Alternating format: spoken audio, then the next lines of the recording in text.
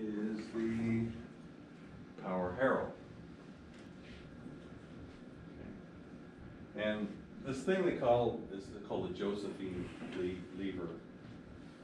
Used to be an added accessory, and now it's standard equipment. The Power Harrow turns like this. It's got teeth that rotary, and so it's not inverting the soil. In other words, though, in the first few inches, I don't really think it's a big deal.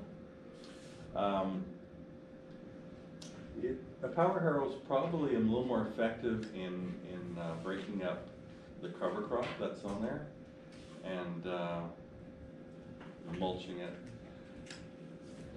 Typically what you do is you'd run over it with the flail mower, anything that's covering it, and then run the Power Harrow over it.